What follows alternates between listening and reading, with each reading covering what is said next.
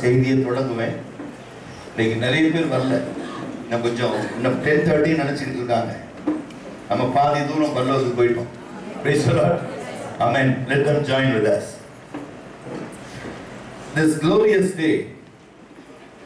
Today is the message taken from book of Isaiah.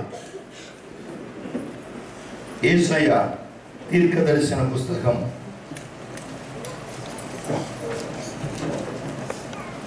65ஆம் அதிகாரம்.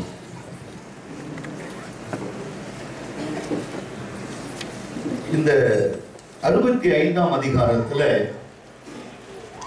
நாம் கவனிக்க வேண்டிய ஒரு காரியத்தை பார்க்கிற பொழுது,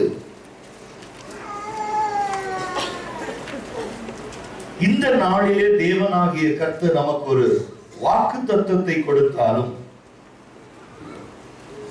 என்ன தேவனுடைய எதிர்பார்ப்பு பல ஊழியங்கள் மூலமாக, அதாவது how the people approaching God, தேவனை ஜனங்கள் எப்படி ஏற்றுக்கொள்ளுகிறார்களோ அப்படித்தான் அவருடைய இருதயம் ஜனத்தின் மேல் இருக்கும்.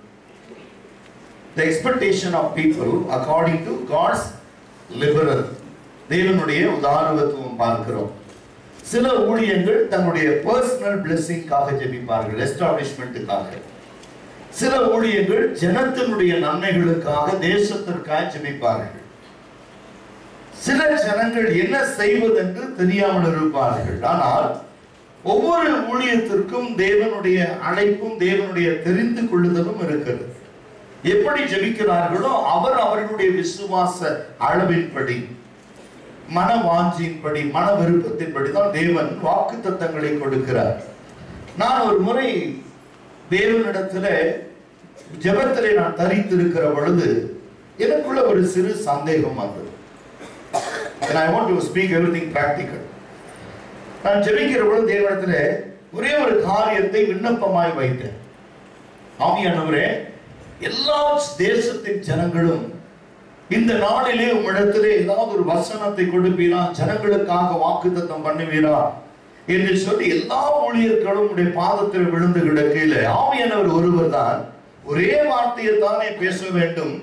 ஒவ்வொரு ஊழியர்கள் மத்தியிலே ஒவ்வொரு காரியத்தை பேசுகிறீரே, இது எனக்கு புரியவில்லை என்று சொல்லி நான் ஒரு சிறு பிள்ளையை போல் நான் ஜெபித்து மன்றாடுகிற பொழுது ஆவியானவர் சொல்கிறார், கேட்கிறவன் எவனும் பெற்றுக் கொள்கிறான்.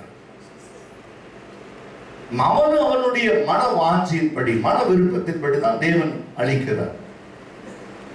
ஒருவருடைய ஜெபம் விசுவாசத்திற்கு ஏற்றதா இருக்கும். அவங்க மேல கர்த்தர் பக்தி விருத்தியை கொடுக்க முடியாது. ஒருவர் பக்தி விருத்திக்காக ஜெபிக்கும் போது அவங்களுடைய இருதயத்துல விசுவாசத்தை நுழைக்க முடியாது. According to their expectation. அப்படி எந்த மனதுடனே கூட எப்படிப்பட்ட இருதயத்துல நீங்கள் ஜெபிக்கிறீர்களோ அவைகளை எவைகளை கேட்கிறோமோ அவைகளை பெற்றுக்கொண்டோம் என்று நிச்சயித்துக் கொள்ளுங்கள். அந்த வார்த்தையினோடு கர்த்தரோடு பேசினார். அதற்கு பிறகுதான் யார் எதை குறித்து பேசினாலும் நமக்கு கவலை இல்லை.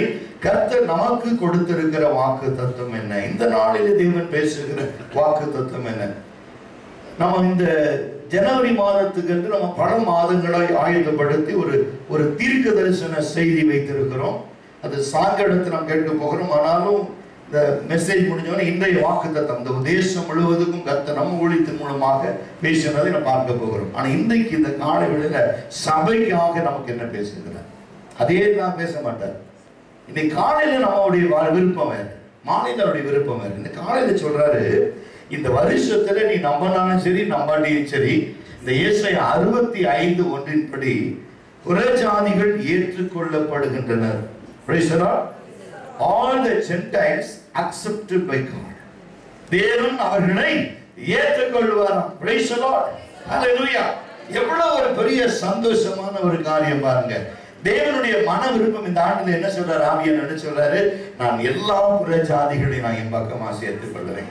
அதுதான் எனக்கு விருப்பம்.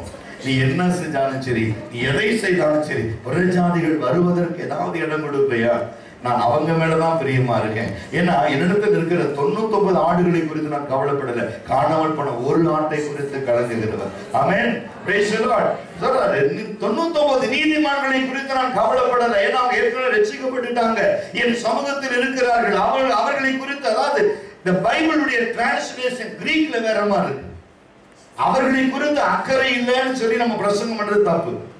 நீதிமான்களை குறித்து அவர் என்ன செய்யல? நீதிமான்களை குறித்து அவர் என்னவில்லை. ஏன் சொன்னா அவங்க ரட்சிக்கப்பட்டு தேவனுடைய சமூகத்திலே ஏற்றுக்கொள்ளப்பட்டவர்களை கிறிஸ்துவுக்குள் கிறிஸ்துவோடு இருக்கிறவர்கள். அவங்களை குறித்து பேசவே இல்லை தேவன். என்ன சொன்னார்? I never conversation about the people, those who in my hand, the 99, the only one backslider, பின்மாற்றத்திலே ஏற்றுக்கொள்ளாது இருக்கிற ஒரு மனிதனை குறித்து தான் நான் கவலை உள்ளவனா இருக்கிறேன். அப்ப நீதி 99 பேரை பத்தி கவலை. மனம் திரும்புகிற ஒரு பாவி நிமித்தம் பரலோகத்துல ஒரு பெரிய சந்தோஷம் உண்டாகும். இப்ப இந்த ஆண்டுல தேவன் சொல்றாரு 65:1 புறஜாதிகள் ஏற்றுக்கொள்ளப்படுகின்றனர். நீங்க பார்க்கலாம், இந்த பல வருஷமா அந்த முரட்டாட்டமான மனுஷன், ரட்சிப்பிற்கு எதிர்த்து நின்ற மனுஷன், எல்லாரையும் துன்புறுத்தின மனுஷன், நான் பார்க்கிற பொழுது ஒரு சவுளை போல வாழ்ந்து கொண்டிருந்த ஜனங்களை இந்த ஆண்டில கர்த்தர் பவுலாய் மாற்ற போகிறார். எவ்வளவு பெரிய சந்தோஷமா இருக்கு பாருங்க. என்னை கர்த்தர் ஆசீர்வதித்திருக்கிறார், என்னை ஆசீர்வதிப்பார், எனக்கு நன்மையை கொடுப்பார், கிருபையை கொடுப்பார், பிள்ளைகளுடைய திருமணம், வேலை வாய்ப்பு எல்லாம் எக்ஸெட்ரா என்ன போட்டாலும் அது உங்க வாழ்க்கையில நடக்கும் அவர் சொன்னது. ஆனா ஒரே ஒரு காரியம் கர்த்தர் சொல்றாரு, அநீதிமான்கள் புறஜாதிகள் ஏற்றுக்கொள்ளப்படுவார்கள் சொன்னா இனி அவருக்காக கர்த்தர் கரங்களை நீட்டி அவளோடு இந்த வருஷம் காத்திருக்க போகிறார். இதுதான் கர்த்தர் விரும்புகிற ஒரு காரியம். கர்த்தருடைய இருதயம் இதுதான். அப்போ இதற்கு நாம் என்ன செய்ய வேண்டும்? சபையாகி நாம் என்ன செய்யணும்? அதற்கு ஒரு சின்ன ஒரு காரியத்தை பார்க்கிற பொழுது இந்த 1 முதல் 16 வரைக்கும் நீங்க தியானத்திற்காக எடுத்துக்கொள்ளுங்க. ஏசாயா 65ஆம் அதிகாரம் 1 முதல் 16 வரை இன்றைய தியானத்திற்காக எடுத்துக்கொண்டா கூட நான் சில காரியங்களை மாத்திரம் உங்களுக்கு சொல்ல விருப்பப்படுகிறேன். புறஜாதிகள் ஏற்றுக்கொள்ளப்படுகின்றனர், மாய்மாலமான பக்தி உடைய யூதர்கள் நிராகரிக்கப்படுகின்றனர், மீதியானவர்கள் ரட்சிக்கப்படுவர். புதிய எருசலேமின் நிந்தைக்குரிய நிலைமை, என்னை குறித்து விசாரித்து கேளாதவர்களாலே தேடப்பட்டேன், என்னை தேடாதிருந்தவர்களாலே கண்டறியப்பட்டேன், என்னுடைய நாமம் விளங்காதிருந்த ஜாதியை நோக்கி இதோ இங்கே இருக்கிறேன் என்கிறேன். தேடல ஜனங்க, தேடல, அவரை நோக்கி கூப்பிடல. ஆனாலும் கர்த்தர் சொன்ன, இதோ நான் இங்கே இருக்கிறேன், ஆலயத்தில் நான் இருக்கிறேன்.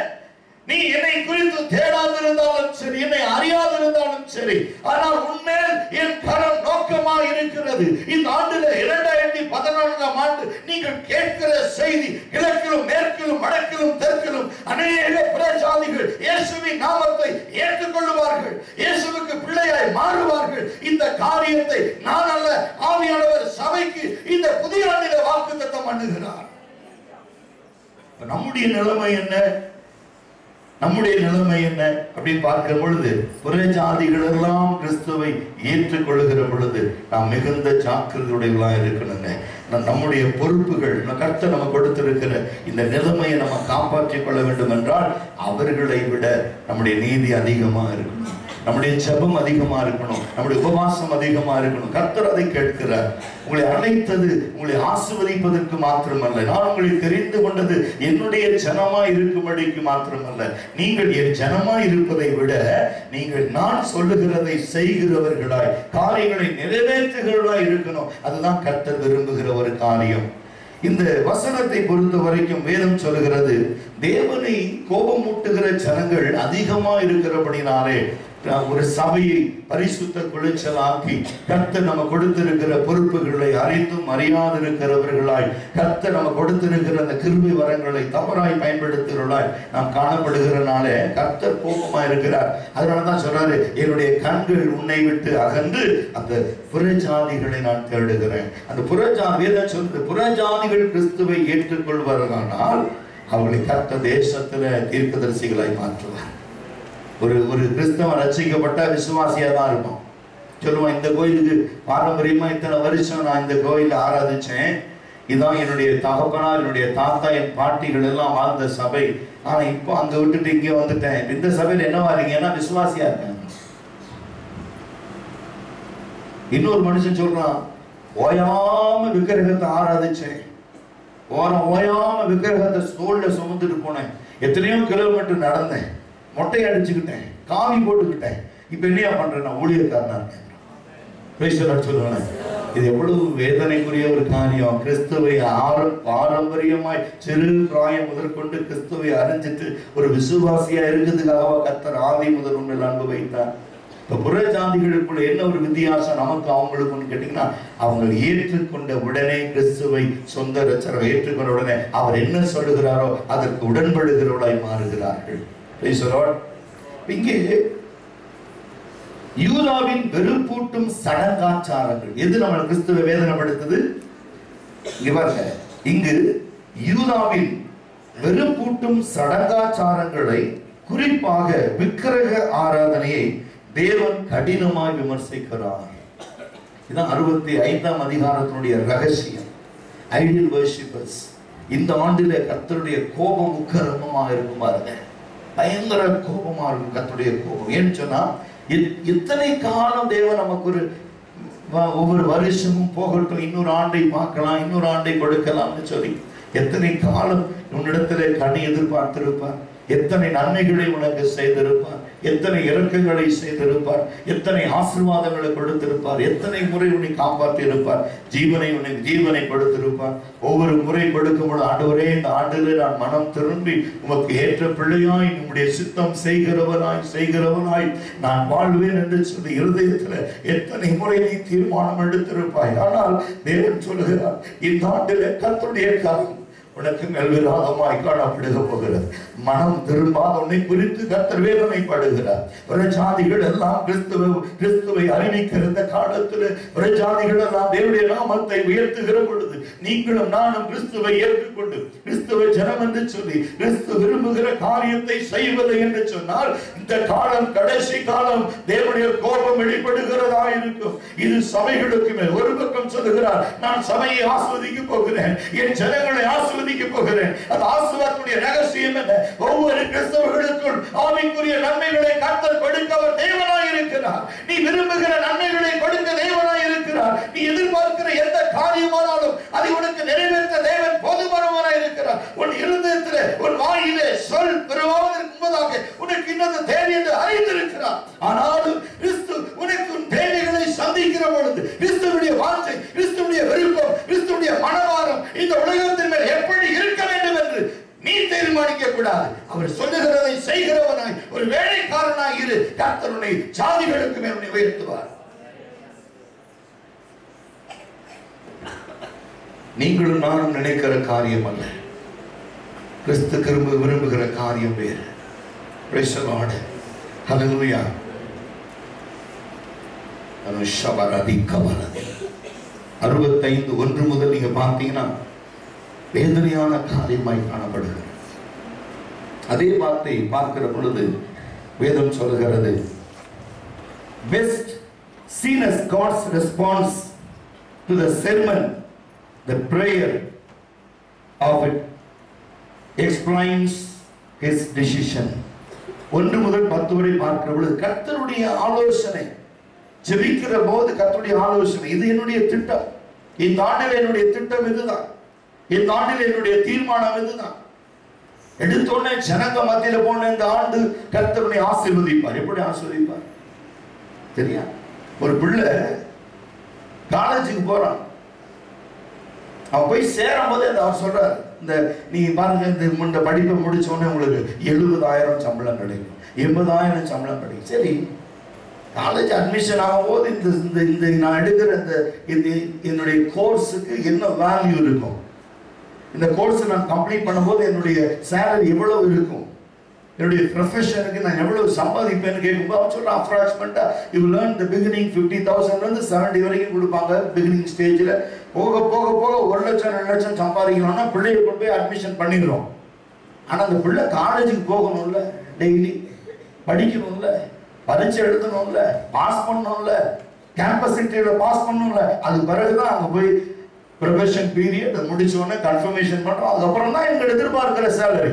பிள்ளையை சேர்த்துற உடனே பிள்ளை 70,000 கொடுப்பான்னா 70 ரூபாய் கூட கொடுக்க மாட்டான். அதே போல ஆவிக்குரிய சபை கர்த்தர் சொல்லுமே ஆசீர்வதிப்பேன். எப்போ? நீ கிறிஸ்துவுக்காக ஜெபிக்கிறவனாய் உபவாசிக்கிறவனாய் இந்த சபைக்கு உண்மையும் உத்தமமாய் கர்த்தர் விரும்புகிற காரியத்தை செய்கிற உன்னை கர்த்தர் ஆசீர்வதிப்பார். அதான் சங்கீதம் 1 பார்க்கிற பொழுது இரவும் பகலும் கர்த்தருடைய வேதத்தில் தியானமா இருக்கிற மனுஷன் பாக்கியவான். அவன் நீர்க்கால்களின் ஓரத்தில் நடப்பட்டு தன் காலத்தில் தன் கனியை தந்து இலை உதிராது இருக்கிற மரத்தை போல இருப்பான். அவன் செய்வது எல்லாம் வாய்க்கும். அவன் செய்வதெல்லாம் வாய்க்கும். அவன் எதை செய்கிறான்? இரவும் பகலும் வாசிக்கிற பொழுது, வேதத்தை வாசிக்கிற பொழுது, வேதத்தை தியானிக்கிற பொழுது அந்த வேதம் சொல்லுது இதை செய், அதை செய்கிறான், வாய்க்குது. எதை செஞ்சாலும் வாய்க்கணும் இல்ல. இரவும் பகலும் வேதத்தை வாசிக்கிறவன் எதை செய்வான்? அதைத்தான் செய்வான். Don't ever concept change the concept. வேதத்துல சிலருடைய ரகசியங்கள் பார்க்கிற பொழுது இரவும் பகலும் கர்த்தருடைய வேதத்தில் தியானமா இருக்கிற மனுஷன் பாக்கியவான். அவன் நீர்க்கால்கள் ஓரத்தில் நடப்பட்டு தன் காலத்தில் கனியை தந்து இலையுதிராகிற மரத்தை போல இருப்பான். அவன் செய்யறது வாய்க்கும்னா எது? அவன் எதை செய்ய போறான்? இரவும் பகலும் வேதத்தை வாசிக்கிறவன் எதை செய்வான்னு யோசிச்சு பாருங்க கொஞ்சம். எதை செய்வான்? அவர் சொல்றதான் செய்வான். வாய்க்கமா வாய்க்காதா? படிக்கிறது ஒண்ணு, செய்யறது ஒண்ணு நடக்குமா? ஆவிக்குரிய வாழ்க்கையில இரவெல்லாம் ஜெபிச்சுட்டு பக்கத்து வீட்டுல ஒரு கோழி வந்து பிடிச்சி உள்ள போட்டுக்கிறதா? சொல்லுங்க.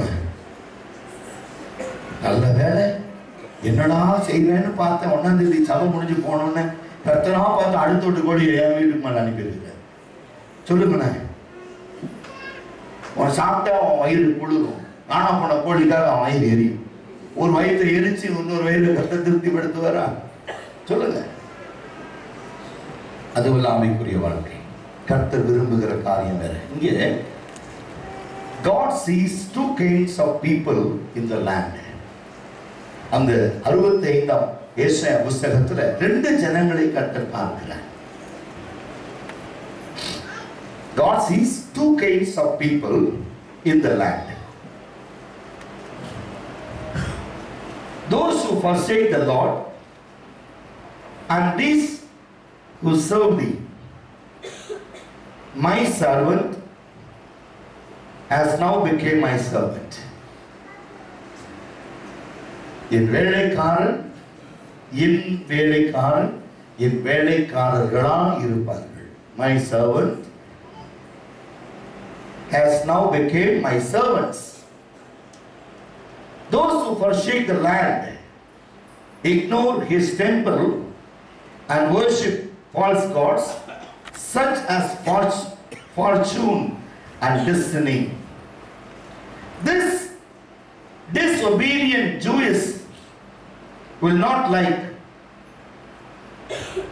but be destroyed, and those who survive will not enjoy it.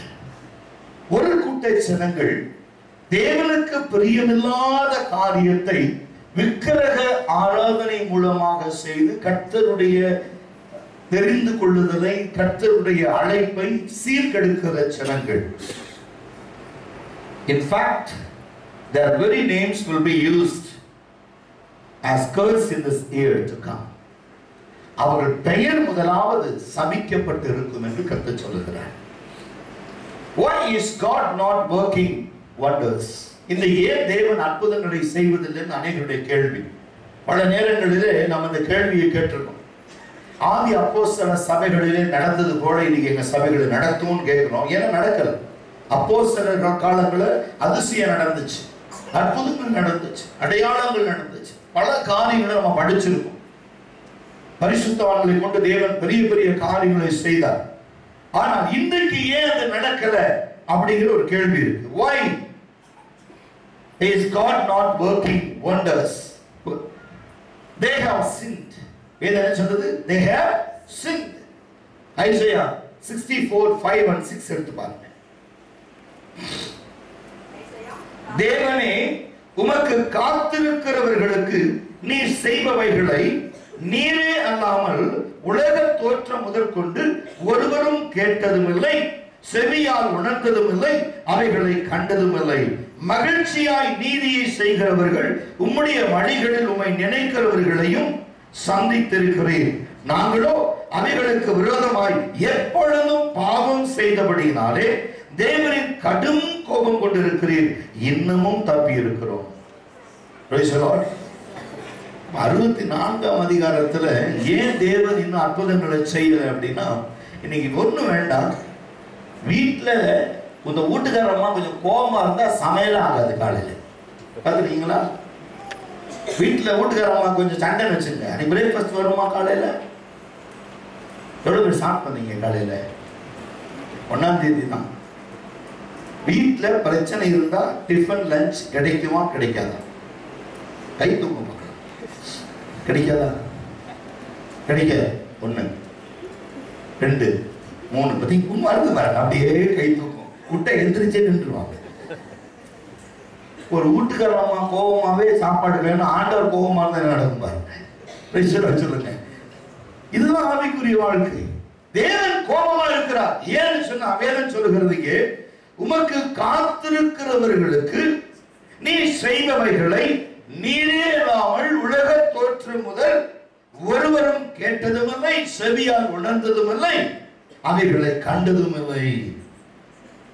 தேவனே உமக்கு காத்திருக்கிறவர்களுக்கு நீ செய்பவைகளை நீரே அல்லாமல் உலக தோற்றம் முதல் என்ன சொல்றாரு?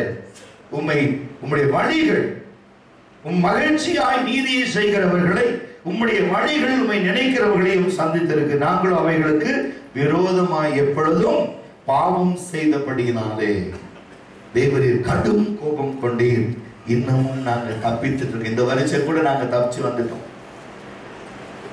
ஒரு சின்ன இழையில நமக்கு ஒரு ஜீவனை கொடுத்திருக்கிறார். மனம் கண்டிப்பா இந்த ஆண்டுல நமக்கு ஒரு மனம் திரும்புதல் உண்டு என்கிற ஒரு நிச்சயம் இருக்கிறது.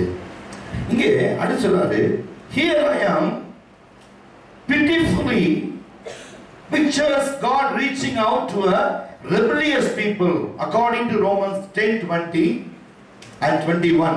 ரோமர் 10ஆம் அதிகாரம் 20ஆம் வசனம் 21 எடுத்து வாசிப்போம். 20-21 சீக்கிரமாய். அல்லாமலும் ஏசாயா என்ன சொல்றாரு? என்னை தேடாதவர்களாலே கண்டறியப்பட்டேன், என்னை விசாரித்து கேளாதவர்களாலே வெளியரங்கமானேன் என்று தைரியம் கொண்டு சொல்லுகிறார்.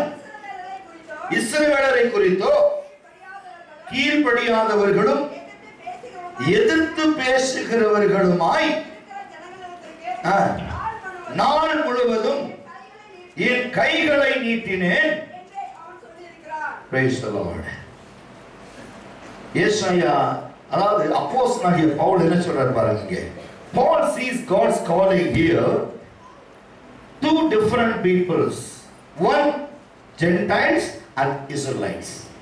ரெண்டு கூட்டம். முதல்ல சொன்னேன் இல்லையா, God sees two kinds of people in the land. ரெண்டு விதமான கூட்டம். ஒன்று இஸ்ரவேல் ஜனங்கள், இன்னொன்று தேவனை அறியாத புறஜாதிகள். ரெண்டு ஜனங்களை தேவன் பார்க்கிறார். இந்த புறஜாதிகள் என்ன செய்யறாங்கன்னா, அவருடைய பாரம்பரியமான வழக்கத்தின்படி ஏற்கனவே செய்து கொண்டிருந்த காரியங்களை அவர்கள் தங்களுக்கு தோன்றின காண்பித்த முற்பிதாக்களால் வழி நடத்தப்பட்டபடி அவர்கள் எல்லாம் செய்து கொண்டு வந்தார்கள். ஆனால் இஸ்ரவேல் ஜனங்கள் என்ன சொல்றாங்க? இஸ்ரவேல் ஜனங்கள் தேவனுடைய ஜனம், தேவனால் அறியப்பட்டவர்கள், இஸ்ரவேலை ஆஸ்வதிப்பதே எனக்கு பிரியம் என்று தேவன் சொல்றார். அந்த ஜனங்கள் என்ன செய்யறாரு? அப்போஸ்தலனாகிய பவுல் ஏசாயா தீர்க்கதரிசி புத்தகத்தை எடுத்து தன்னுடைய ரோமருக்கு சொல்லுகிற பொழுது அவர் சொல்றாரு, அல்லாமலும் ஏசாயா என்னை தேடாதவர்களாலே கண்டறியப்பட்டேன். புறஜாதிகளுக்கு தேவ பயம் இருக்கு, புறஜாதிகளுக்கு தேவ பயம் இருக்கு. ஒரு முறை தமிழ்நாட்டில் ஆன்டி கன்வர்ஷன் மேல் கொண்டு வந்தாங்க. ஜெயலலிதா ஆட்சியில கொண்டு வந்தாங்க. ஞானஸ்தானம் கொடுக்க கூடாது, சபைக்கு எந்த ஒரு புறஜாதியை சேர்ந்த மனுஷன் வந்தாலும் உடனே அங்க நியரஸ்ட் இருக்கிற கவுன்சிலர் ஆபீஸ்க்கோ இல்லைன்னா அங்க இருக்கிற கவர்மெண்ட் ஆபீஸ்க்கோ நம்ம ஒரு லெட்டர் கொடுக்கணும். அவங்க நம்ம எழுதி பின் பண்ணி அவங்க போட்டோ ஒட்டி கொடுக்கணும். எந்த ஒரு கட்டாயமும் இல்லாம நாங்களாக விருப்பப்பட்டு தான் அந்த சபைக்கு போகிறோம் என்று ஒரு கன்ஃபெஷன் கொடுக்கணும், லெட்டர் கொடுக்கணும். அப்படி மீறி யாராவது அந்த இடத்துல கண்டுபிடிக்கப்பட்டார்களானா அந்த பாஸ்டர் பிடிச்சி ஜெயிலில் வச்சிருவாங்க.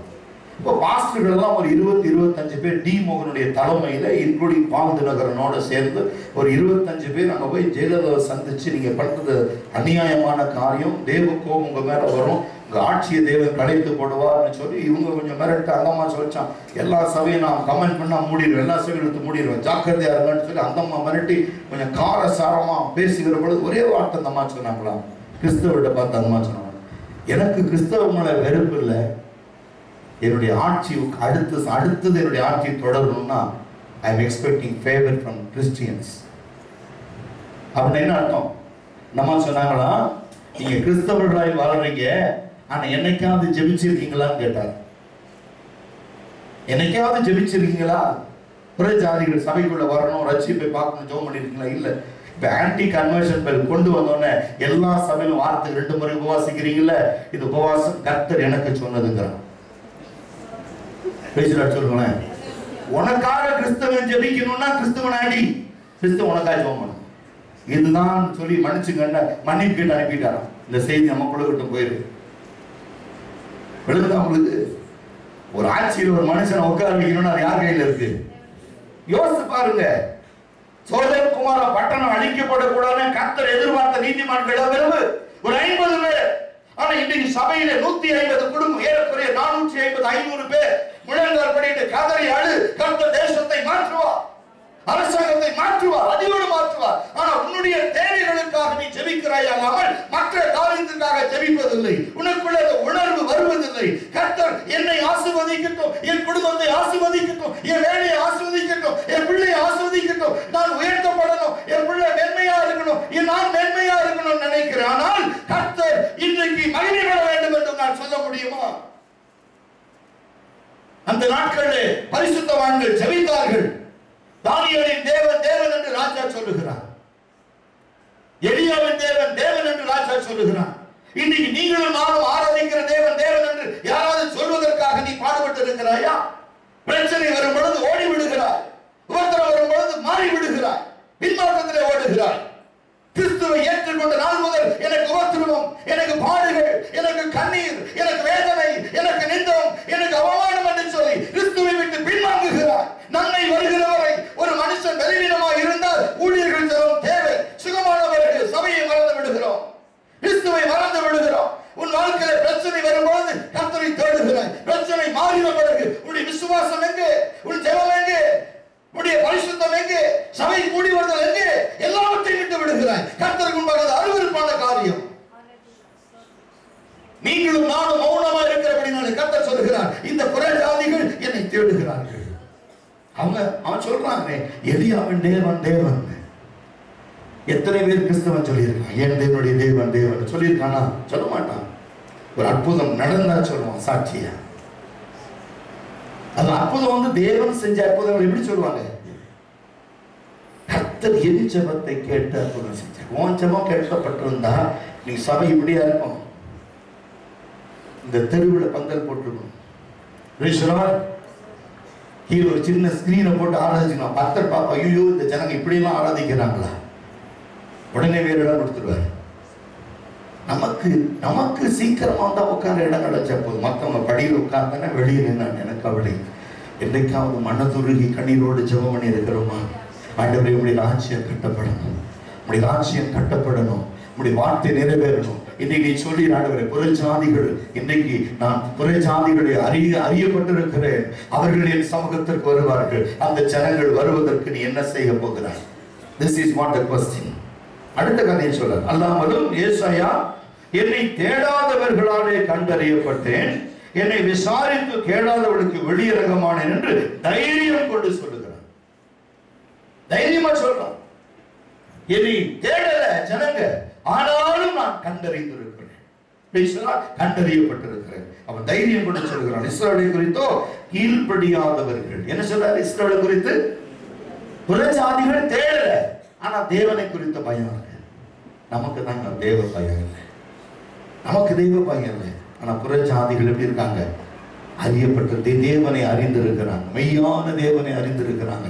ஒரு சின்ன ஒரு வீடுங்க, ஒரு பெட்ரூம், ஒரு ஹால், கிச்சன். அந்த வீட்டுக்கு நீ வாடகைக்கு போன கேட்கிறான், நீ கிறிஸ்தவனா? ஆமாங்க. எந்த கிறிஸ்தவை? அதுக்கு அடுத்த கேள்வி, ஒழுங்கா சபைக்கு போறவங்க கிறிஸ்தவங்களா? ஆமாங்க. அப்ப வீடு தரேன். யாரு? ஒரே ஜாதி. கிறிஸ்தவ மேல அவ்வளவு நம்பிக்கை வச்சிருக்கான் அவன். இவன் போனோடனே சொதக்கிறவன் கூப்பிட்டு அன்னைக்கு பார்ட்டி. சரிதானே? நடந்த அவங்களுக்கு கிறிஸ்துவத்தை இவருங்க இஸ்ரவேலை குறித்தோ கிறிஸ்தவரை குறித்தோ என்ன சொல்றாரு? இவர்கள் கீழ்ப்படியாதவர்களும் எதிர்த்து பேசுகிறவர்களுமா இருக்கிற ஜனத்திற்கு நாள் முழுவதும் என் கைகளை நீட்டினேன் என்று அவர் சொல்லி இருக்கிறார். உங்களுக்காக கர்த்தர் தம்முடைய கரத்தை நாள் முழுவதும் நீட்டிக் கொண்டிருக்கிறார். I stretch out my hand towards you throughout the day. இந்த நாள் முழுவதும் என் ஜனங்கள் மனம் திரும்புவார்களா? என் ஜனங்கள் ரட்சிக்கப்படுவார்களா? இந்த ஆண்டிலாவது அவர்களை நான் மீட்டுக் கொள்வேனா? இந்த ஜனங்களுக்காக ஒரு ஸ்தலத்தை நான் ஆயத்தப்படுத்தி வைத்திருக்கிறேன். இந்த ஜனங்கள் என் சமூகத்திற்கு வருவார்களா என்று சொல்லி கர்த்தர் இருதயத்தில் வேதனையோடு கூட நாள் முழுவதும் தன் கரத்தை உனக்காய் நீட்டிக் கொண்டிருக்கிறார். நீ கீழ்ப்படியாதவர்களும் எதிர்த்து பேசுகிறவமாக இருக்கிற உனக்காக கரத்தை நீட்டியிருக்கிறார். Praise the Lord. Hallelujah. அது மாத்திரமல்ல, வேதத்தை வாசிக்கிற பொழுது and must confess their sin and turn from them. If our righteousness is filthy, what must our sins look like in His sight? According to verses 64:4, God has planned His people wonderful things beyond their imagination. கர்த்தர் நாட்டி இருக்கிறார். 64 நான் நினைச்சது God planted. இது நல்ல மனசுல வச்சுங்க. God planted அப்படி வார்த்தை மனசுல வச்சுங்க. Praise the Lord. God planted. அடுத்த என்ன சொல்றாரு? எப்படி பிளான் பண்றாரா? God has planted for His people wonderful things beyond their imagination. உன்னுடைய இருதயத்தின் எதிர்பார்ப்புகளுக்கு மேலாக கர்த்தர் உன்னை நாட்டி இருக்கிறார். Praise the Lord. But their sins prevent him from sharing His blessings. கர்த்தர் உனக்கு கொடுத்திருக்கிற அந்த கிருபை வாசியுங்கள். 1 கொரிந்தியர் 2ஆம் அதிகாரம் 9ஆம் வசனம். 1 கொரிந்தியர் 1 Corinthians எழுதி இருக்கிறபடி தேவன் தம்மில் அன்பு கூறுகிறவர்களுக்கு ஆயத்தம் பண்ணினவைகளை கண்கள் காணவும் இல்லை, காது கேட்கவும் இல்லை, அவைகள் மனுஷனுடைய இருதயத்தில் தோன்றவில்லை. ஆனால் தேவன் அவைகளை தமது ஆவியினாலே வெளிப்படுத்தினார். எல்லாவற்றையும் தேவனுடைய ஆழங்களையும் ஆராய்ந்திருக்கிறார். மனுஷனில் உள்ள ஆவியே அன்றி மனுஷரில் எவன் மனுஷனுக்குரியவைகளை அறிவான். Praise the Lord. அடுத்த என்ன சொல்றாரு? அப்ப அடுத்த காரியம் சொல்லும் போது, அப்படி போல தேவனுடைய ஆவியே அன்றி ஒருவனும் தேவனுக்குரியவைகளை ஆராய மாட்டான். ஒரு மனுஷனுக்குரிய ஆவி உனக்கு இருந்தா ஒரு மனுஷனுடைய குணாதிசயங்களை நீங்கள் அறிந்து கொள்ளலாம். ஒரு மனுஷனுடைய இருதயத்தை நீங்கள் அறிந்து கொள்ளலாம். மனுஷன் அதான் சொல்லுவாங்க, ஏங்க இவ்வளவு கண்ணீரோட வந்து பிரச்சனையை சொல்றாங்க, ஒரு மனுஷனா அதை காது கொடுத்து கேட்க மாட்டேங்கிறீங்களே, அவங்க என்ன சொல்றாங்கன்னு முதல்ல கேளுங்க. உங்களுக்கு இருதயம் சதையா கல்லா கற்பாறையா கேட்கிறோம்ல, அந்த மனுஷனுக்கு இருதயமே இல்லை, கடின இருதயம் உள்ள மனுஷன். ஏன்னா மனுஷனுடைய ஆவி மனுஷனுக்குரியவைகளை அறியும், தேவனுடைய ஆவியோ தேவனுக்குரியவைகளை அறியும். நமக்கு என்ன வேணும் இப்போ? தேவனுக்குரிய ஆவிகள். கர்த்தர் இந்த நாளில் நமக்கு செய்ய நினைக்கிற காரியம், கர்த்தர் எனக்காக வைத்திருக்கிற காரியம், இந்த ஆண்டிலே என்ன செய்ய போகிறார் என் வாழ்க்கையில, என் பிள்ளைகளை கர்த்தர் எப்படி ஆஸ்வதிக்க போகிறார், அது தேவனுடைய ஆவி அருளுகிற பிரகாரம் உங்கள் காரியங்களை தேவன் உங்கள் குடும்பத்தின் மேல் உங்கள் மேல் என்ன நோக்கமாக இருக்கிறாரோ அந்த காரியங்களை செய்வதற்கு தேவன் உனக்கு தம்முடைய ஆவியை அருளுகிறார். God wants to give His Spirit. அவருடைய ஆவியை உனக்குள்ள ஊற்றுகிறார். இதுதான் உங்க வாழ்க்கையில ஒரு பெரிய பலன். இதுதான் இன்னைக்கு என்ன இந்த ஆண்டுல கர்த்தர் என்ன சொன்னாரு அப்படின்னு சொன்னா, 2 கூட்டமான ஜனங்க தேசத்துல இருக்கிறாங்க. ஒரு கூட்ட இஸ்ரவேல் ஜனங்க, இன்னொன்னு புற ஜாதி. இஸ்ரவேல் ஜனங்கள்ல சிலர் வந்து கேட்டும் கேளாமலும் கண்டும் காணாமலும் பார்த்தும் பார்க்காம போயிட்டாங்க. கீழ்ப்படியாதவங்களும் எதிர்த்து பேசுறவங்களுமா இருந்தாங்க. அந்த ஜனத்தின் மேல கர்த்தர் கோபமா இருந்தாரு. இந்த ஆண்டுல எங்களுக்கு அப்படி இல்லை. கர்த்தர் அவருடைய ஆவியை சபையில ஊற்ற போகிறார். எங்களுக்கு அந்த ஆவி, கர்த்தருடைய ஆவி எங்களுக்கு அருளப்பட போகிறது. அது மாத்திரம் அல்ல, அநேக புற ஜாதிகளை கர்த்தர் தமக்கென்று தெரிந்து கொண்டிருக்கிறார். இந்த ஆண்டில அநேகரை கர்த்தர் நேற்றை புறக்கணிப்பார். கிறிஸ்தவர்களா இருந்தும் கிறிஸ்துவ சிந்தை இராதவர்கள், கிறிஸ்தவர்களா இருந்தும் கிறிஸ்துவின் பிரமாணங்களின் படி நடக்காதவர்கள், கிறிஸ்துவை ஏற்றுக்கொண்டும் கிறிஸ்துவுக்கு ஏற்றபடி வாழாதவர்கள், இவர்களை கர்த்தர் புறக்கணித்து ஒரு ஜாதிகள் இந்த இடத்துல வைக்க போகிறார். அதான் மொர்தெகாய் சொல்லுகிறார் எஸ்தர் இடத்துல, இன்றைக்கு நீ மௌனம், யாருக்கு தெரியும் இந்த மேன்மை உனக்கு கிடைத்தது? இந்த நாளிலே மௌனமா இருந்தால் யூதருக்கு ரட்சிக்கும் சகாயமும் வேறு இடத்திலிருந்து புறப்படும். புற ஜாதிகளை கர்த்தர் எழுப்புகிறார். இன்றைக்கு நான் சில நாட்கள் முன்பு நான் சொன்னேன், இங்க இருந்து சென்னைக்கு நான் போகிற பொழுது ஜெட் பிளைட்ல எனக்கு அருகில ஒரு இந்து சாமியார் உட்கார்ந்து இருந்தார். நான் பைபிள் கொண்டு போகல, ஜெபம் பண்ணல, ஒண்ணுமே பண்ணல, சும்மா உட்காந்துக்கிட்டு இருக்கேன். அவர் பார்த்தோன்னே அப்படி பார்த்துட்டு கேட்கிறார், are you Christian? Yes. Are you proud to say Christian? Yes, I am very proud to say. அப்படின்னு அவன் தெரியாது, அவருக்கு நான் பாஸ்டர்னு தெரியாது. சாதாரண கிறிஸ்துவ நான் சொல்லிட்டு அவன் சொன்ன, கிறிஸ்துவ மதம் என்ன சொல்லுகிறது? நான் சொன்னேன், வாட் ரிலீஜன் ஆர் யூ? தெரியும், பார்த்தோன்னே தெரியுது. சட்டை கூட போடாமல் ஒரு துண்டை போட்டுக்கிட்டு, புத்துராட்சி கொடையை போட்டுக்கிட்டு, சும்மா உடம்பு பூரா திருநெல் அடிச்சு பார்த்துக்கிட்டு யாரும் தெரியாதா? நான் சொன்னேன், யுவர் வர்ஷிப்பிங் 300 முக்கோடி தேவர்களை ஆராதிக்கிற உனக்கு யார் கடவுள்? சொல்லுங்க, சொல்லுங்க. We have only one God, form of Trinity. திருத்துவத்திலே ஒரே தேவன், அவர்தான் வானத்தை உண்டாக்கினார். I have evidence. Or you have evidence? சில நேரம் அப்படியே பார்த்துட்டு, நீங்க ரிலீஜியஸ் லீடரா அப்படின்னா, that is none of your business. I am a Christian. That's all. சில கேள்விகள் கேட்கும் போது நான் தண்ணறிட்டேன். நான் சொன்னேன், don't talk about any pastors or any Christians. Talk about my Lord Christ. கிறிஸ்துவ பத்தி பேசினா முதல் சொன்னேன், கிறிஸ்தவனை பத்தி பேசினா இந்த last person. Nobody is righteous in this world. Amen. கிறிஸ்தவனை பத்தி சொல்ல முடியுமா? நான் சொல்லுவான், எனக்கு ஃப்ரெண்ட் ஒருத்தர் இருந்தான், அவன் பிடிப்பான். அவன் உன் ஃப்ரெண்டு, அதனால தான் பிடிக்கும். இயேசுக்கு ஃப்ரெண்டா இருக்கணும் முடியுமானா? சொல்லுங்களேன். இயேசுவை சொந்த ரட்சகரா ஏற்றுக்கணும் முடியுமானா? சொல்லுங்க பார்க்கலாம். அவன் ஏன்டா தொட்டோன்னு ஆயிடுச்சு. ஆனா சொன்ன, ஒரு நாள் நீ கிறிஸ்துவை ஏற்றுக்கொள்ளுவேன், கிறிஸ்துவை ஏற்றுக்கொள்வேன். சயின்டிஸ்ட் வந்து கரெக்டா நீ டிரான்ஸ்லேட் பண்ணி படி, அது பூரா வேதாகமத்தை வெளிப்படுத்துகிறது. நீ தெரியாம படிச்சுக்கிட்டு இருக்க, நாங்க தெரிஞ்சே படிச்சுக்கிட்டு இருக்கோம். உலகத்துல அநேக scientist, Bible scholars, the world technical researchers எல்லாம் கடைசியில கண்டுபிடிச்சு the Bible is the only one true book அப்படின்ட்டாங்க. மெய்யான புத்தகம் உலகத்துல புத்தகம் இருக்குமானா அது பைபிள் தான் சொல்லிட்டாங்க. ஆனா அதை ரிலே பண்றது, அதை வெளிப்படுத்துவதற்கு யாருக்கும் அந்த ரைட்ஸ் கொடுக்கல. நாங்கள் இன்னும் கண்டுபிடிச்சு இன்னும் கொஞ்சம் எவிடன்ஸ் வேணுமா இருக்கு, அதை கண்டுபிடிச்ச பிறகுதான் நாங்கள் சொல்லுவோம். அது வரைக்கும் பேசாம இருக்கும்.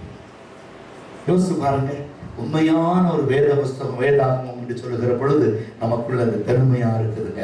இந்த வேத புஸ்தகத்தை வாசிக்கிற கிருபை எனக்கு தேவன் கொடுத்திருக்கிறார், என் குடும்பத்துக்கு கொடுத்திருக்க, என் பிள்ளைகளுக்கு கொடுத்திருக்கிறார். இதுதான் ஆவிக்குரிய வாழ்க்கை. நான் கிறிஸ்துவோடு வைத்திருக்கிற ஐக்கியம், கிறிஸ்துவோடு ஏற்படுத்தி இருக்கிற உறவு என்னை எப்படியும் நடத்துகிறது. இங்கே அடுத்த ஒரு காரியத்தை பார்க்கிற பொழுது, எபேசியர் 3ஆம் அதிகாரம் 20-21 எடுத்து பாருங்க. Book of Ephesians chapter 3 verses 20 and 21. 20-21 வாசி. நாம் வேண்டிக் கொள்வதற்கும் நினைப்பதற்கும் மிகவும் அதிகமாய் வல்லமையின்படியே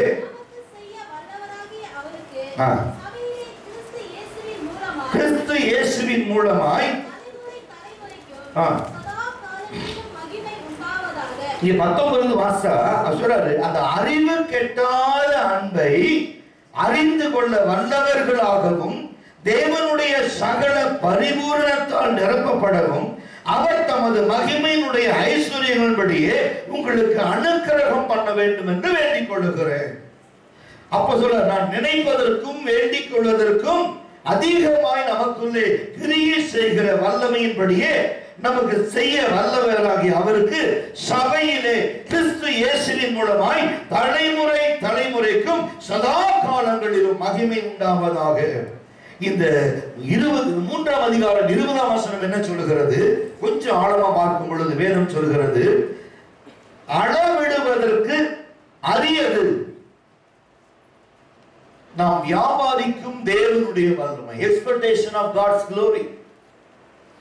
நினைப்பதற்கும் எதிர்பார்ப்பதற்கும் அதிகமாய், அளவுக்கு அதிகமாய் எது கிடைக்கும் அப்படின்னா, ஒருவேளை நம்ம வேலை செய்யறோம், கடினமா உழைச்சு வேலை செய்யறோம், அந்த வேலைக்கு ஏற்ற கூலி தான் கொடுப்பாங்க. மறைக்கணும். ஒரு காலையில 8 மணிலிருந்து 5 மணி வரைக்கும் வேலை செஞ்சா மாத சம்பளம் 15,000 ரூபாய் அப்படின்னு ஒரு அக்ரிமெண்ட். 5 மணிலிருந்து 7 மணி வரைக்கும் வேலை செஞ்சா 2 hours ஓவர் டைம், ஒரு நாளைக்கு 500 ரூபாய். அந்த 2 ஹவர்ஸ்க்கு 500 ரூபாய், அவ்வளவுதான். திடீர்னு அந்த ஓனர் திடீர்னு பார்த்துட்டு இவன் நல்லா நல்லா வேலை செய்யறான்னு சொல்லிட்டு திடீர்னு ஒரு 50,000 எடுத்து கொடுப்பானா? எந்த முதலாளியும் கொடுக்க மாட்டான். சரியா?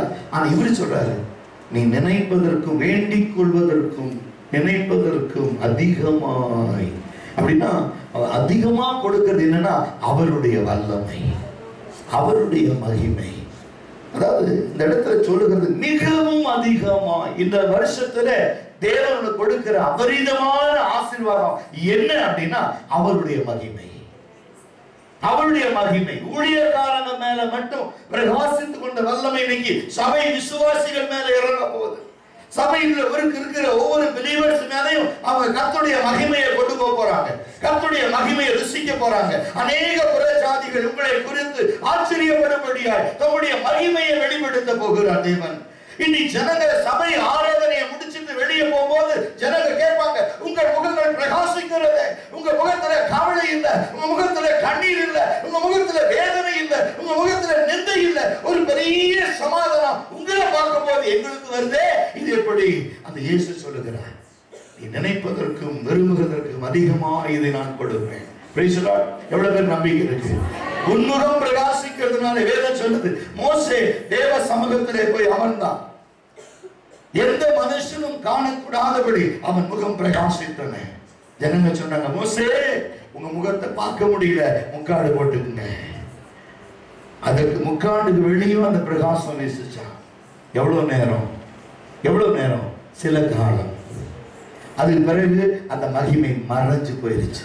ஏன்னா மோசே தேவ பிரசன்னத்துக்குள்ள போகிற பொழுதெல்லாம் அவன் முகம் பிரகாசிக்கும், வந்தோடனே கொஞ்ச நேரத்துல அப்படியே ஃபேட் ஆயிடும். ஆனா இன்னைக்கு உனக்குள்ள வாசம் பண்ணுகிறார், அந்த பிரகாசம் எடுக்கவே படாது. Praise the Lord. It never be taken out. Always the glory restored and enlight your life. Everlasting light, everlasting glory, everlasting anointment is in you always, because he is in you. Moses, whenever he entered into his presence, he received the shine upon his face. But we are always, the Holy Spirit is in us. நமக்குள் வாசம் பண்ணுகிற ஆவியானவர் உன்னை பிரகாசிக்க பண்ணிக்கிறார், உன்னை மகிமையாய் நடத்தி கொண்டிருக்கிறார். நீ நினைப்பதற்கும் விரும்புவதற்கும் எதிர்பார்ப்பதற்கும் அதிகமாய் உன்னை நடத்துகிறார்.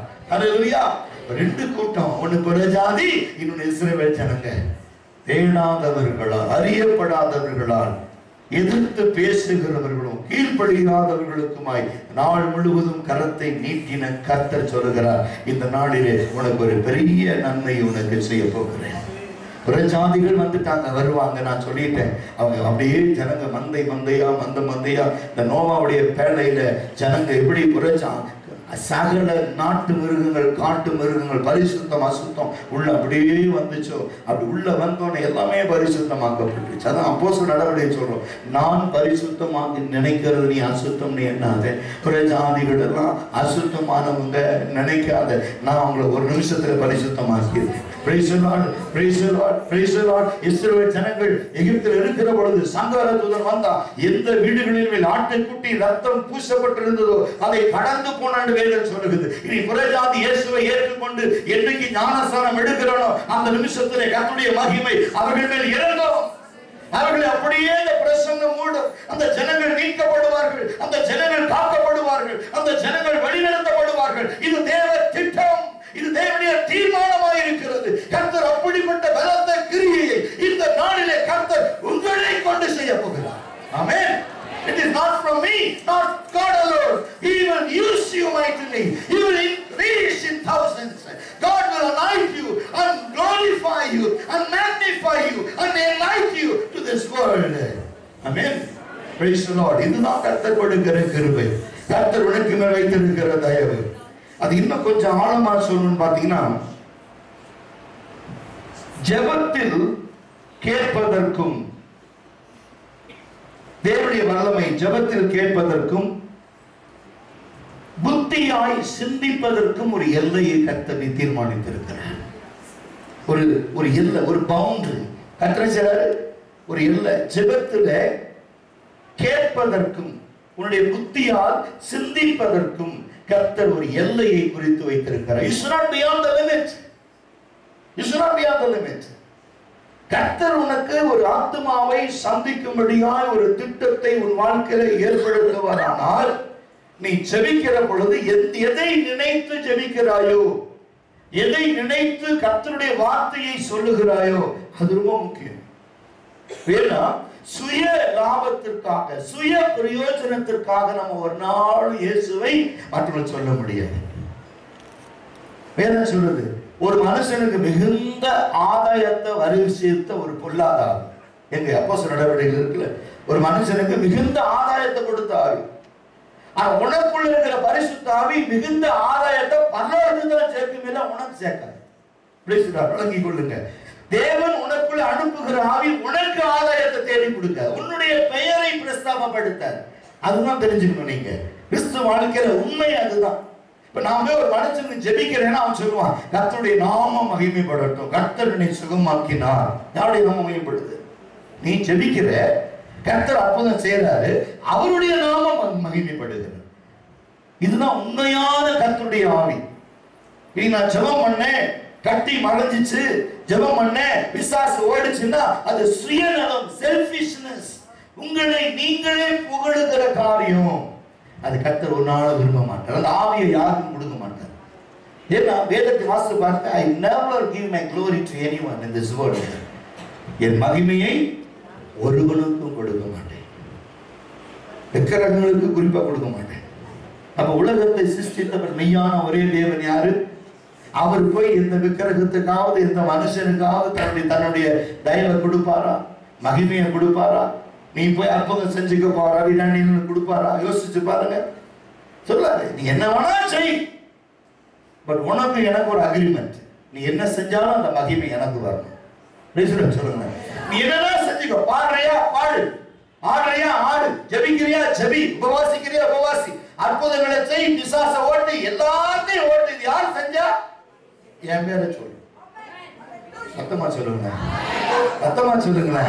அப்பதான் மகிமை உங்க மேல வரும். அப்பதான் அந்த மகிமை உங்க மேல வரும். நாம் பேசுகிற வார்த்தையை கேட்டு தேவனை மகிமைப்படுத்துகிற உனக்குள்ள அந்த அபிஷேகம் இறங்கும், அந்த வல்லமை உனக்குள்ள இறங்கும். காரணம் நாங்கள் அல்ல, எங்களை நடத்துகிறவர் இந்த இயேசுவே. அற்புதம் செய்வது நாங்கள் அல்ல, என்னை உண்டாக்கினவரே, சகலத்தையும் படைத்தவர், சர்வ வல்லமை உள்ளவர், நீதியை நடத்திக்கிறவர், அபிஷேகத்தை சபையிலே ஊற்றுகிறவர், வல்லமையான காரியத்தை உனக்குள்ளே எனக்குள்ளே செய்கிறவர், பெரிய காரியங்களை செய்கிறவர், அபிஷேகத்திலே அக்கினியிலே உன்னை நடத்துகிறவர், உன்னை தெரிந்து கொண்டவர், தாயின் கருவிலே உன்னை உருவாக்கினவர். அவருடைய நாமம் மாத்திரம் மகிமைப்படுத்தும். Hallelujah. Hallelujah.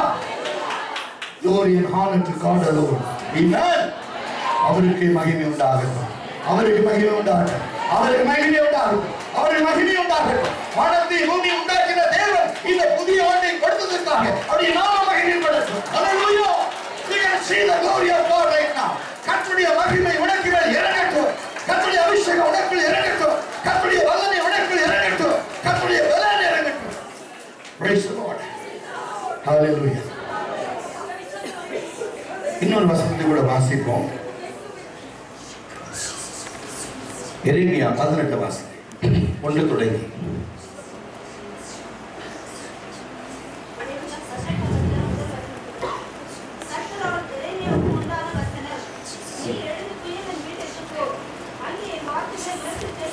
அங்கே என் வார்த்தைகளை உனக்கு தெரிவிப்பேன்.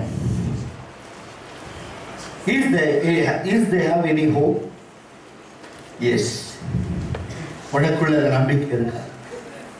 ஒரு சபையை பார்த்து, ஒரு கிறிஸ்தவனை பார்த்து ஒருத்தர் கேட்கிறான், உன் நம்பிக்கை இருக்கா? நம்பிக்கை இருக்கா? எவ்வளவு பேருக்கு தெய்வம் மேல் நம்பிக்கை இருக்கு? இந்த காலை விளையில சொல்லுங்க, உள்ளத்தின் ஆழத்தில் சொல்லுங்க. காரணம் என்ன தெரியுமா? We say yes because God is a forgiving Father.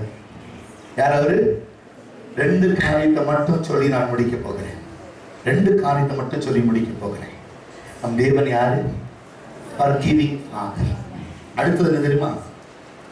and patient Father. patient Father. பொறுமையான குயவன். யாரவர்? மன்னிக்கிற தகப்பன், பொறுமையான குயவன். ஒரு குயவன் பொறுமையா இருந்தா தான் இந்த பாத்திரத்தை மீண்டும் மீண்டுமா உருவாக்க முடியும். மன்னிக்கிற தகப்பனா இருந்தா தான் என்ன தப்பு செஞ்சாலும் மன்னிச்சு இருதயத்தில் ஏற்றுக்கொள்ள முடியும். பேசலாம். அப்ப 2 காரியங்களை இன்னைக்கு கர்த்தர் ஒன்னாந்தே சொல்றாரு. தேவனாகிய கர்த்தர் உனக்கு எப்படி இருக்கிறாரு? மன்னிக்கிற தகப்பனாய், பொறுமையா இருக்கிற குயவனா இருக்கிறார். ரோமர்ல பார்க்கிற பொழுது சில வசனங்களை வாசித்தோம் பாருங்க. அதே போலதான் எரேமியா 18 சொல்லுகிறது, குயவன் இந்த பாத்திரத்திற்கு செய்வதை, இந்த களிமண்ணுக்கு செஞ்சதை என் ஜனமே நான் உனக்கு செய்ய மாட்டேனா? இந்த 2014ஆம் ஆண்டுல நான் உன்னை ஒரு களிமண்ணாய் என் கையில வைத்திருக்கிறேன். உன்னுடைய பாவம் எவ்வளவா இருந்தாலும் சரி, நான் உன்னை மன்னிச்சுட்டேன். I am a forgiving Father. நான் உன்னை மன்னிச்சுட்டேன். என் இருதயத்திற்கு ஏற்றவளாய் நான் உன்னை ஏற்றுக்கொண்டுட்டேன். அது மாத்திரமல்ல, நான் உன்னை மீண்டுமாய் உன்னை உருவாக்க போகிறேன். இந்த வருஷம் 13ஆம் ஆண்டில் நீ உடைந்த வாழ்க்கையா இருக்கலாம், நொறுங்கி போனவளாய் இருக்கலாம்.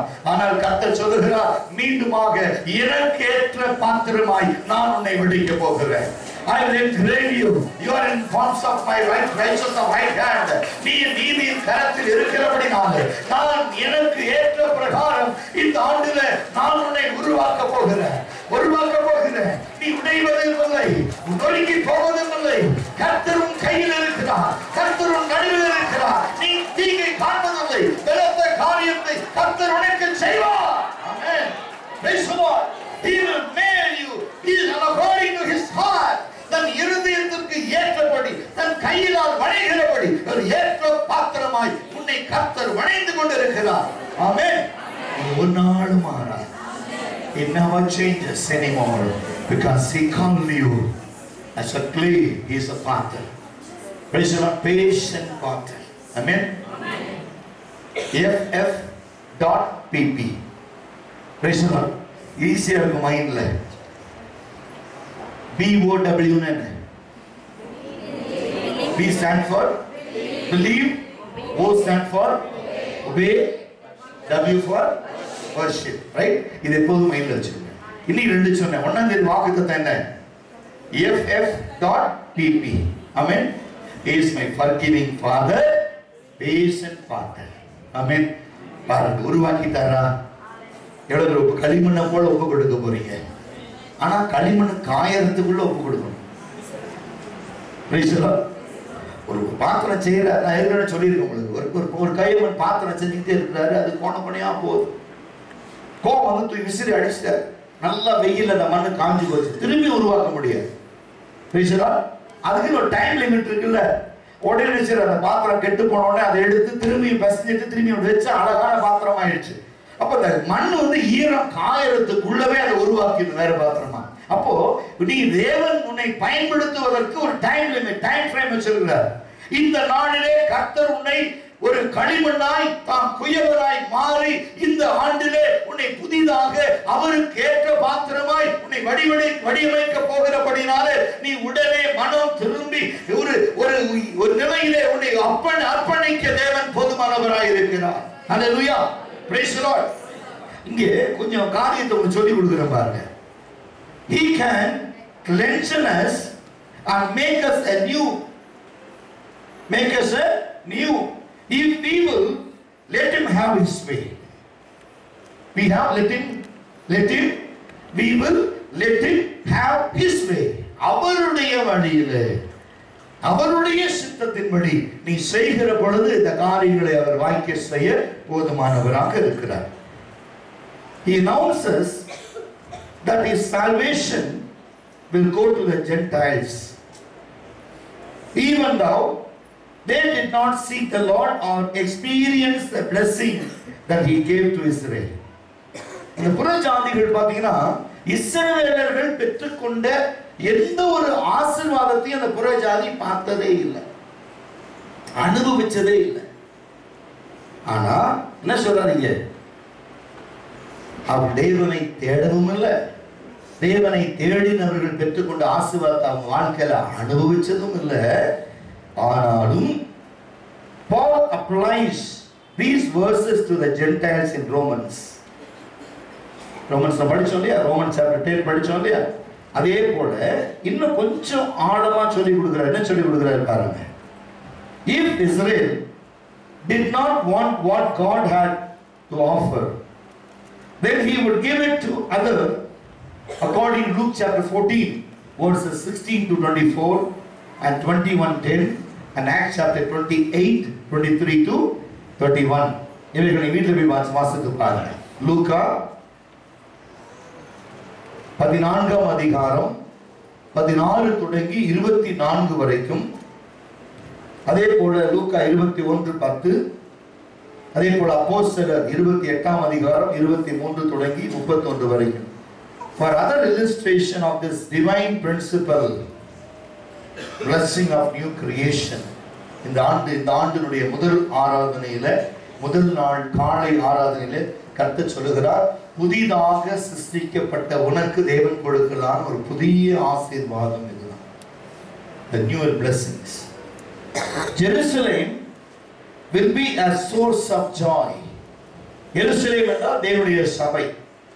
Jerusalem will be a source of joy not only to the Lord but to the whole earth. It will be a city of holiness, harmony and happiness. மூணு காரியங்கள் உங்கள் வாழ்க்கையில நடைபெற வேண்டும் என்று கர்த்தர் விரும்புகிறார். என்ன சொல்றாரு? பரிசுத்த நகரம். It will be a city of holiness. முதல் காரியம், இந்த வருஷம் எங்களுக்கு நன்மையாய் கர்த்தர் மாற்றி இருக்கிறார் அப்படின்னு சொன்னா உன்னிடத்திலே கர்த்தர் எதிர்பார்க்கிற காரியம் the city of holiness. இரண்டாவது சொல்றார் பாருங்க, harmony. HARMONY, harmony. மூன்றாவது and happiness. Holiness, harmony and happiness. HHH.org. Almighty God. சரியா? அப்ப மூணு காரியம் மட்டும் எதிர்பார்க்கிறோம். முதல் காரியம் என்ன? பரிசுத்தம். இரண்டாவது ஹார்மோனி. மூன்றாவது ஹாப்பினஸ்.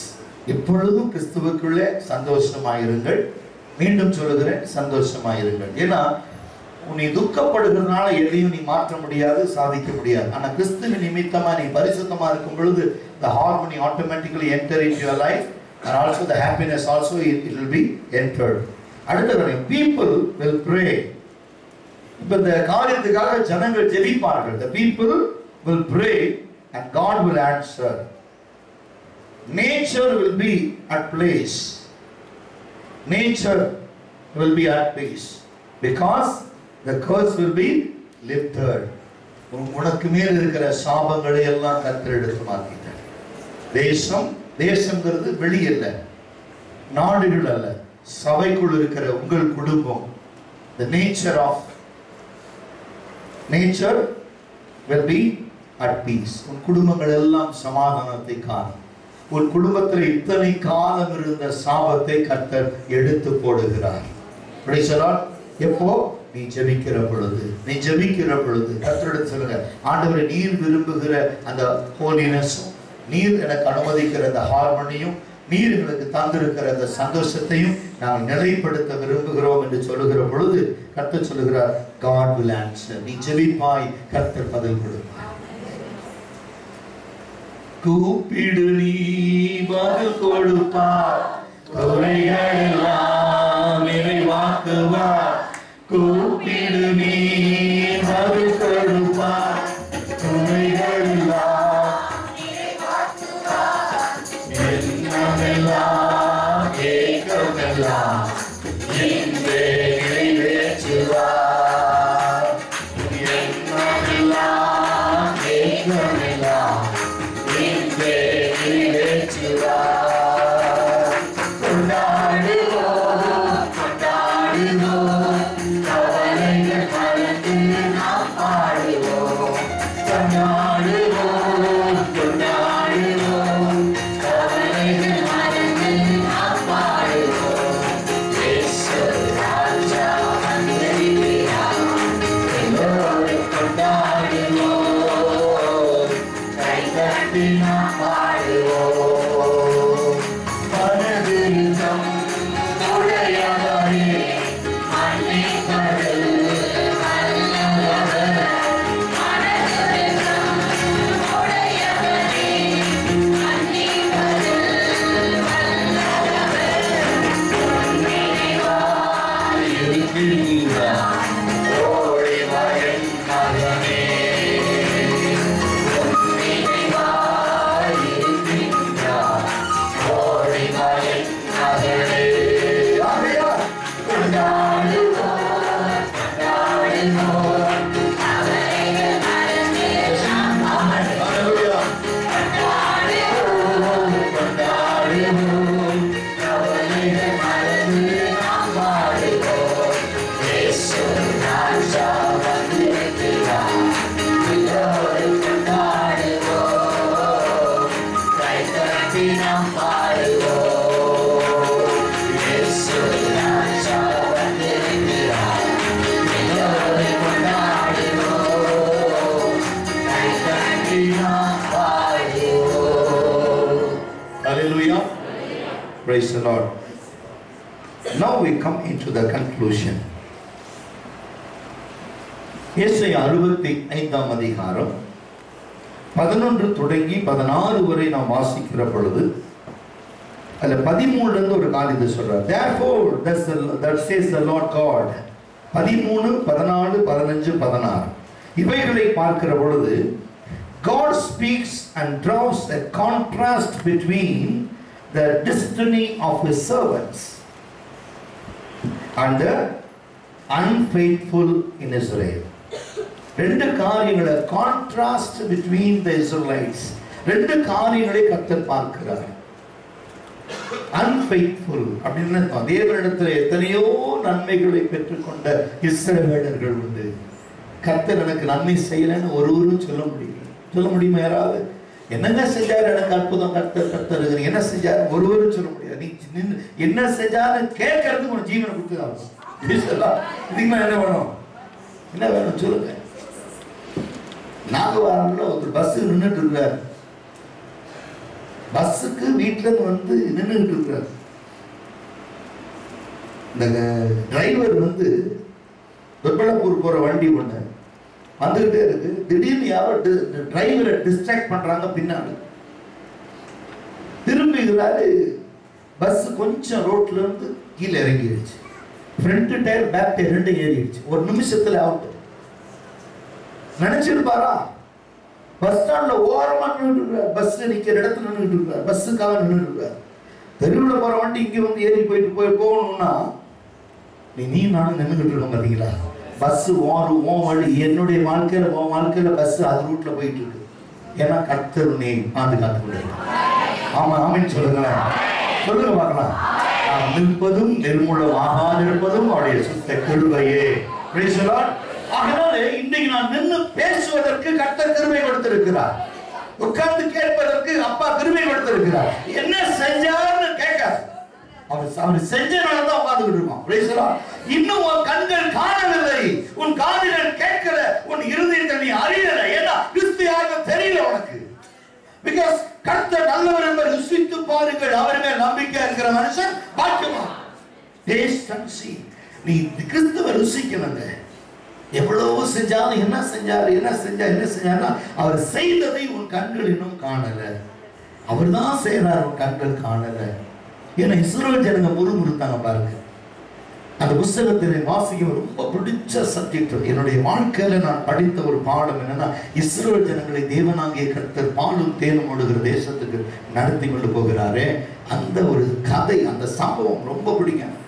அதுல பாத்தீங்கன்னா இஸ்ரவேல் ஜனங்க ஏன் முறுமுறுத்தாங்க அப்படின்னு கேட்டீங்கன்னா, இன்னைக்கு இருக்கு. அதாவது அந்த கான்செப்ட் வந்து பைபிள் படிச்சா தெரியாது. கமெண்ட்ரி ஒரு எழுதுறார், வில்ஃபோர்ட் ஒரு எழுதுறார், கமெண்ட்ரி எழுதுறார் வில்ஃபோர்ட். அவர் சொல்றாரு, the people of Israelites, they never taste God. தேவனை அவர்கள் ருசிக்கலையாம். ஏன்னா எகிப்துக்குள் நடந்த எல்லாத்தையும் பார்த்தாங்க, ஆனா அவைகளை ருசிக்கல.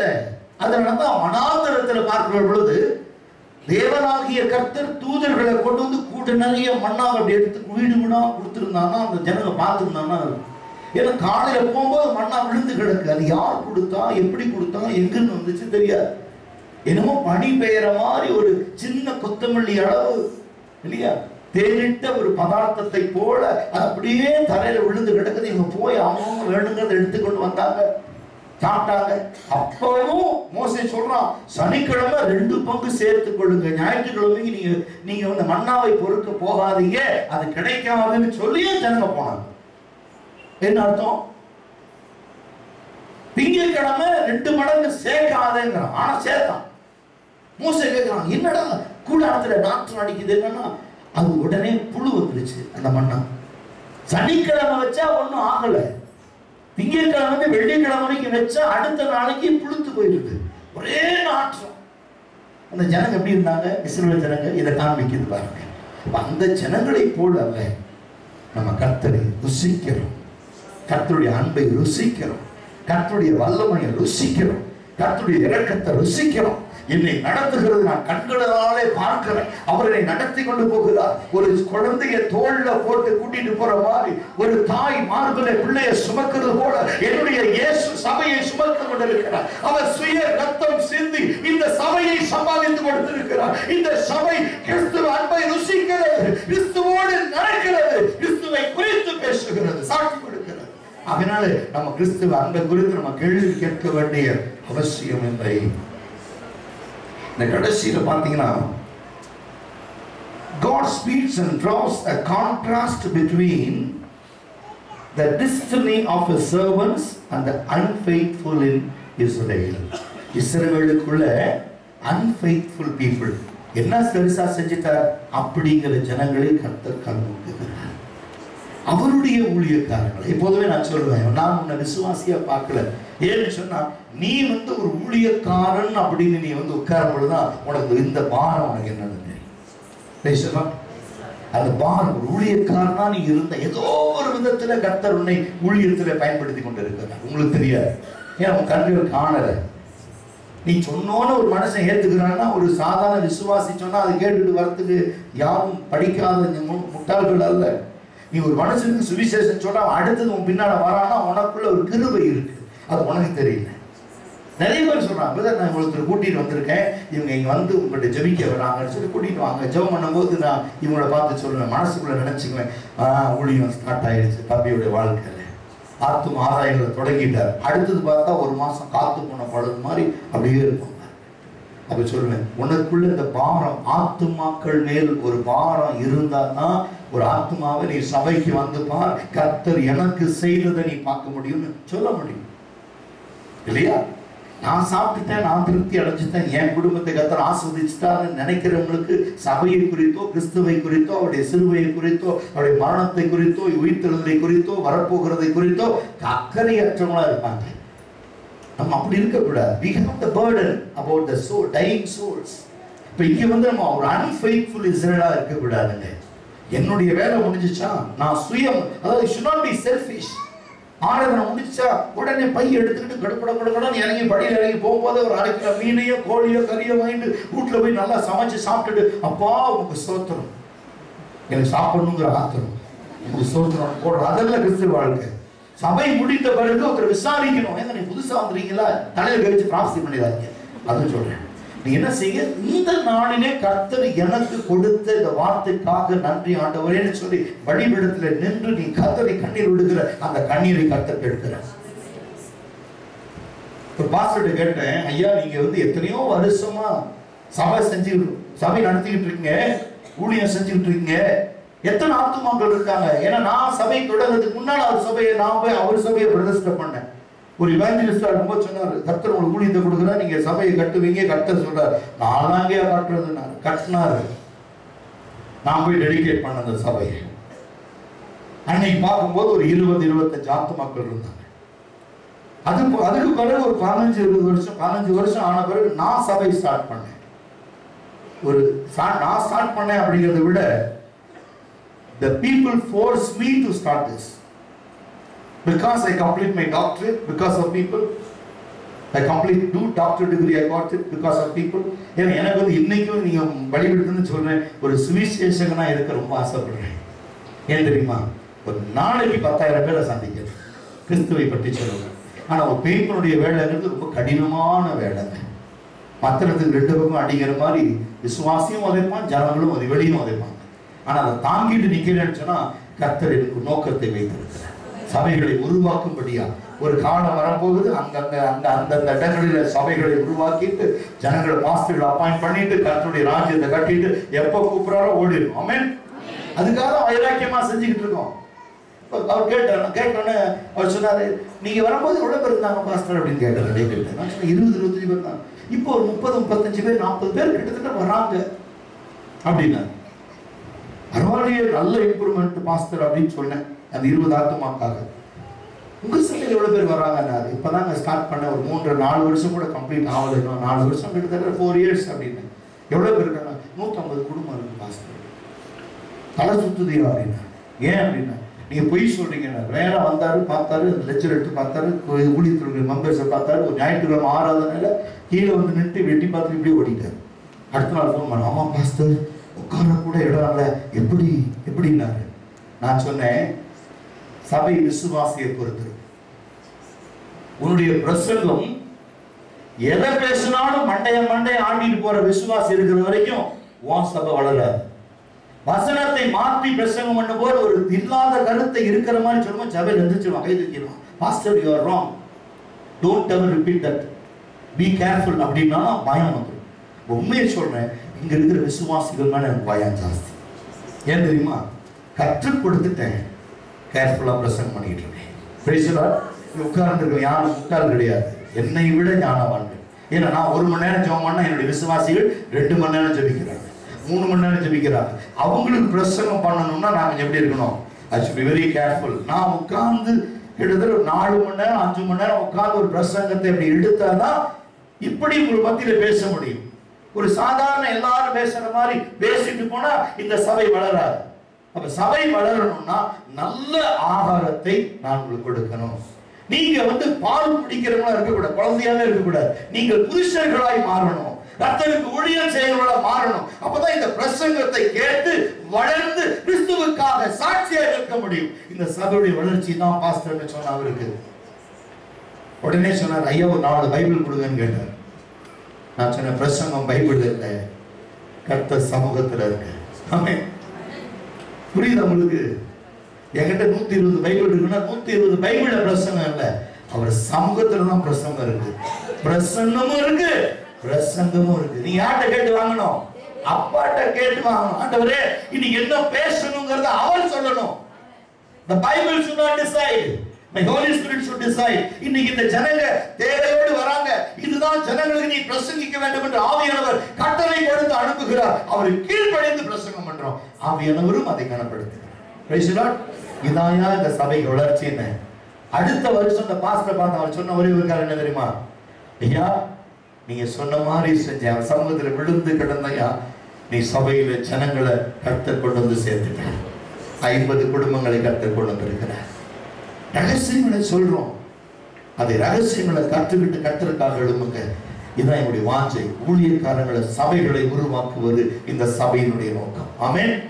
ஏன்னா என்னுடைய பைபிள் காலேஜ் ஸ்டார்ட் பண்ணும்போது எத்தனை பேர் சேர்ந்தாங்களோ அத்தனை பேருக்கு என்னுடைய இருதயத்தில் வந்த ஒரே ஒரு காரியம், இவர்கள் அத்தனை பேரும் போதகர்கள், ஒரு சபையை நான் ஸ்தாபித்து கொடுக்கணும். Praise the Lord.